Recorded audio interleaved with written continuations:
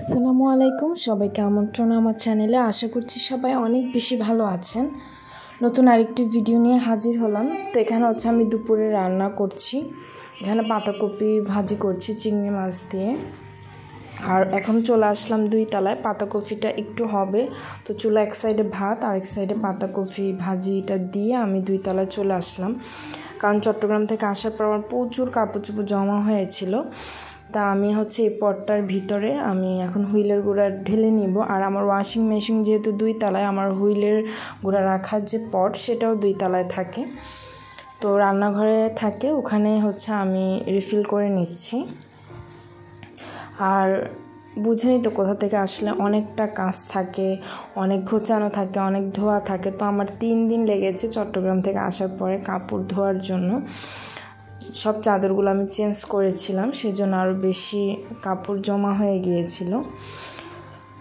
তো আমি কাজের ফাঁকে ফাঁকে রান্নাগুলোও করছি, কারণ আমার রান্নাবান্না সব নিচতলায়। আর 2 তলার রান্নাঘরটা এখনও আমি এভাবে ব্যবহার করি না। এখানে জাস্ট একটু সাজানো গোছানো থাকে, এটাকে আরও একটু ঘুচিয়ে নিব। তারপরে এখানে হালকা পাতলা নাস্তা তৈরি করার মতন যাতে হয় সেরকম প্ল্যানিংয়ের ইচ্ছা আছে। 2 তলার রান্নাঘরটা এভাবে আমি রাফ ইউজ করবো না, নিচতলায় আমি সব রান্নাবান্না করি। তো ওয়াশিং মেশিন কাপড় দিচ্ছি, প্রচুর কাপড় হয়েছে। তো 2 বার লেগেছে আমার কাপড় দিতে। তো কাপড় দিয়ে আমি হচ্ছে হুইলের গুঁড়া দিয়ে তারপরে কাপড় দিই, তারপর আবার হুইলের গুঁড়া দিই। এতে করে কাপড় সবগুলোর মধ্যেই সুন্দর করে হুইলের গুঁড়া মিশে যায়। তো চট্টগ্রাম থেকে আসার পরে খুব খারাপ লাগছিল। এই 2 দিন বেশ ভালোই মজা করেছি সবাই মিলে। আমি চট্টগ্রাম থেকে আসার 2 দিন পরে হচ্ছে আমার মামাতো ভাসুর এসেছে। তো উনি আসার আগে আমি সব কিছু চাচ্ছিলাম গুছিয়ে রাখতে, রান্নাবান্না সব কিছু গুছিয়ে রাখতে, বিশেষ করে মশলাগুলো। তো আমি হচ্ছে পেঁয়াজ, আদা, রসুন, জিরা, গরম মশলার গুঁড়ো এগুলো সব আমি ওই দিন রাত্রে ব্লেন্ড করে রেখেছি। যেদিন উনি আসবে তার আগের দিন রাত্রে, ওগুলো আর আমার ভিডিও করা হয়নি। তো মোটামুটি হচ্ছে মেশিনে কাপড় দেওয়া শেষ। এখন হচ্ছে রান্নাঘরটা আমি হালকা একটু মুছে নিব, উপরের জায়গাগুলো।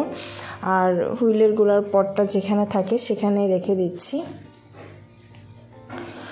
আর আমি হচ্ছে ছাদে গিয়েছিলাম, ওখান থেকে লেবু নিয়ে এসেছি, কারণ আমাদের প্রচুর লেবু হয়েছে। মাশাআল্লাহ, আমাদের গাছটা সবাইকেই কম বেশি দিয়েছি।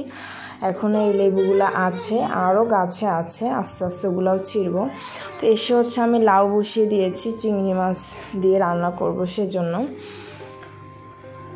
তো মূলত রান্না করছি হচ্ছে আমার ভাসুর আসবে সেজন্যই রান্নাবান্নাগুলো করে রাখছিলাম। তো এখানে লাউ রান্না করেছি চিংড়ি মাছ দিয়ে, আর হচ্ছে মাছ ভুনা করছি।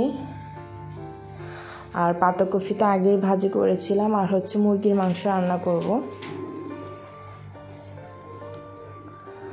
তো এই যে এখানে হচ্ছে একটা দেশি মুরগি, সেটা আলু দিয়ে রান্না করছি কষিয়ে।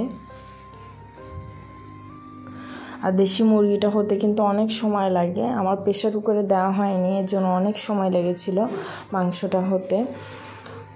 তো আমার ভাসুর আসার পরে আমাকে হচ্ছে এই গিফটটা দিল। তো দেখুন এর ভিতরে কি আছে।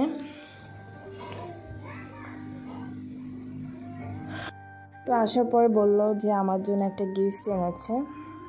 তো খুলে দেখলাম যে খুব সুন্দর একটা গয়না। এখানে হচ্ছে গোল্ড আর হচ্ছে ডায়মন্ড কাটের পাথর মিক্স করা একটা সুন্দর একটা গয়না, ভিতরের পুরাটাই হচ্ছে গোল্ড।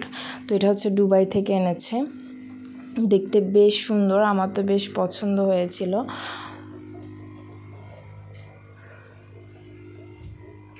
তো সন্ধ্যায় হচ্ছে আমি নাস্তা তৈরি করেছিলাম ভাইয়ার জন্য। তো এখানে হচ্ছে আমি চকলেট পাউন্ড কেক তৈরি করেছি, এগুলো পিস পিস করে নিয়েছি। আর হচ্ছে পেঁয়াজু ভেজেছি একদম ক্রিস্পি করে। তো দোনোটাই খুব পছন্দ করেছে, আর সাথে চা বানিয়েছিলাম। তো এগুলো দিয়ে হচ্ছে সন্ধ্যার নাস্তা দিলাম। আর আমি চিটাং থেকে আসার সময় অনেকগুলো জার নিয়ে এসেছিলাম নেসক্যাফের, একদম মুখাটা গোল্ডেন কালার। প্রায় 9টা এনেছিলাম জার, আর 2টা এনেছিলাম লম্বা লম্বা তেল রাখার জন্য বোতল। তো এখানে হচ্ছে আমি 5টা রেখেছি জার, একটার মধ্যে চিনি, হলুদ, লবণ, মরিচ, সুজি এগুলো রেখেছি। আর বাকি যে 4টা এটা হচ্ছে আমি 2 তলায় রেখেছি। আর এই যে একটা জার, এটার মধ্যে তেল রেখেছি। তো এই ছিল আজকের ভিডিও। সবাই ভালো থাকবেন, আল্লাহ হাফেজ।